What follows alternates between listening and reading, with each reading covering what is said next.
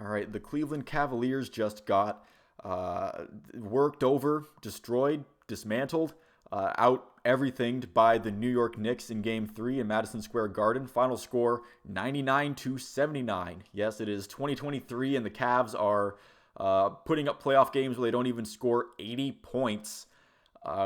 Where do I start with this one? I guess I'll start at with this question. Actually, was there any Cavalier performance on that in the starting five or on the bench or from anyone that like you could actually say was good?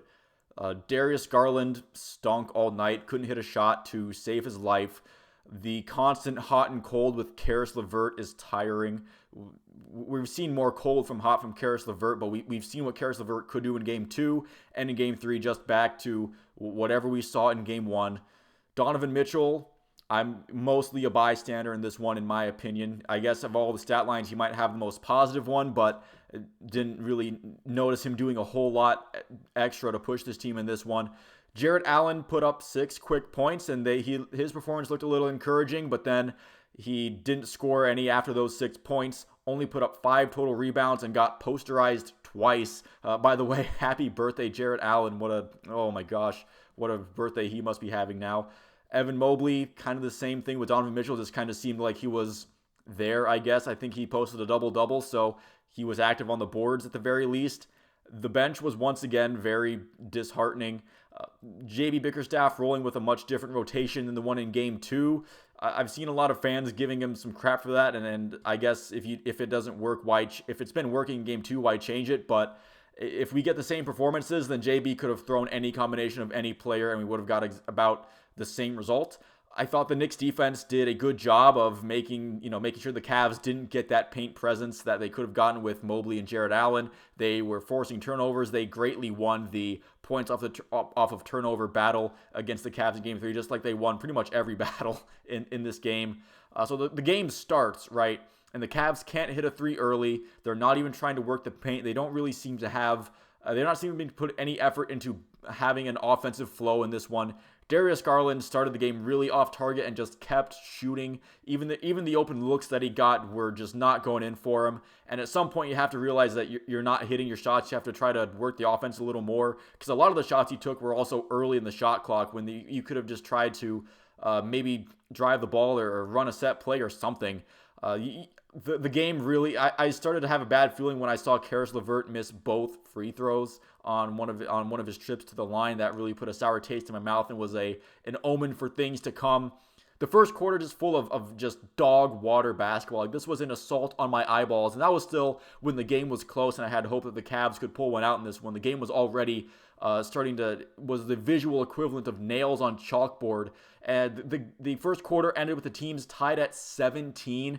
And again, it wasn't like the defenses were putting up all-world performances either, just inept basketball on both sides. Both teams building brick houses. Really, they're building mansions. They are building mansions for a yacht club with all the bricks that they're putting up early on in this game. The second quarter starts, and it's just more awful basketball early. Donovan Mitchell at one point tried to posterize Hartenstein. I mean, I credit him for trying, but what are you doing? He does get fouled, and he only makes 1 out of 2 free throws on that trip to the line. Then Jalen Brunson and Julius Randle made back-to-back shots. Donovan Mitchell would answer that, but then he would airball a 3, and then that's when the Knicks really started to heat up in that second quarter. The Cavs call a timeout, and this is, I think, when the game really started to take a change for the worse for the Cavs. Out of that timeout that the Cavs called, the Knicks get 2 back-to-back slam dunks. One, I think, was on just a set play, and the other one off of a fast break turnover. And I don't think the game ever really got back to a reasonable scoring distance for the Cavs after that. The Cavs still with just no offensive flow. They're taking bad shots and not making them. They don't have presence in the paint. And then, again, the Knicks actually started to wake up, led by Jalen Brunson and RJ Barrett. I'll get to him more after I finish summarizing this terrible game, but RJ Barrett waking up is a big trouble for the Cavs if he continues to play like he's been doing. The final minute of the second quarter really kind of twisted the knife a little bit. The Knicks leading by 13 at the half, and at halftime, Cleveland was 2 for 19 from three-point land. New York wasn't much better, but again, they were at least establishing themselves in the paint. Their rebound, obviously, their rebounding presence was there. They were just doing things that the Cavs weren't. More of the same as far as the game goes in the third quarter. Knicks would up their lead to 17 by the end of it. Darius Garland at this point is still taking bad shots. He's still not getting anything to fall.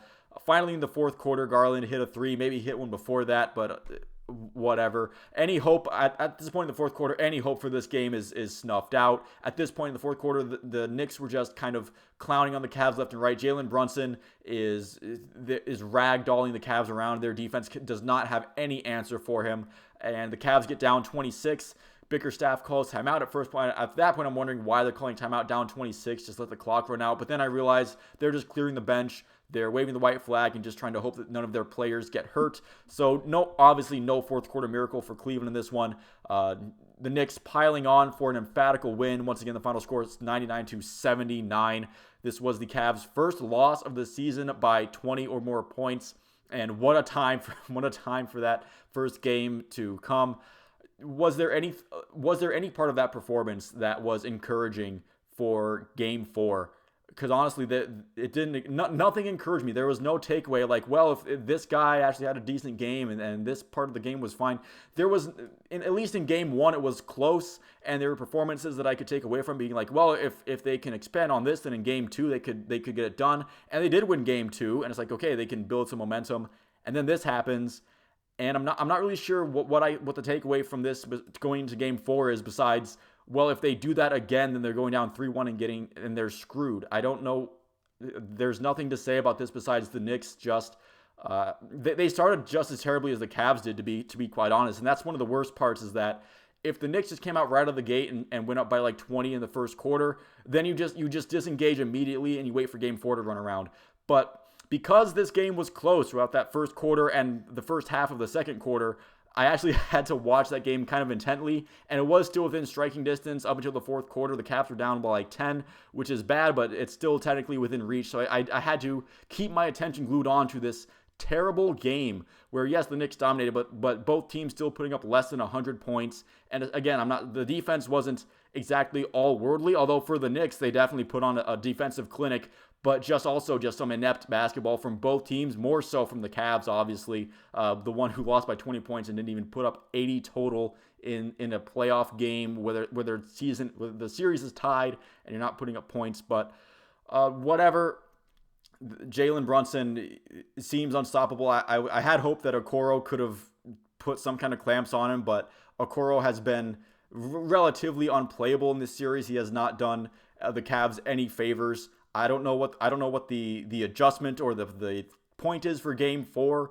I guess just remember that the game is starting and don't play like you did. I guess Darius Garland is going to have to make shots. Karis LeVert's going to just have to make shots. Just make open shots. Not all of the shots that they missed were because it was well contested or anything. The amalgamation of the road struggles really popped up in this one. That was one of my concerns heading into the series, was that the Cavs' home and away record are very much two different beasts. And we got the worst version of the Cavs that we've seen pretty much all season. Can you name a worse Cavs performance than this one? To be quite honest, because I know you can point to some regular season games, some losses that were embarrassing, but considering the stakes and considering the circumstances, I don't think I can think of a worse Cavs performance all year than this season right here. And I guess I'll just leave it at that. They're going to have to come out better than Game 4. I don't know how it can possibly get any worse than that. So I guess that's the one positive takeaway, is that there's pretty much nowhere to go from here except for up. Even if they lose Game 4, they probably won't lose by 20, and they probably won't put up less than 80 points. I guess that's the takeaway, is that it can only get better from here, even if it's not any good. Thank you all for watching.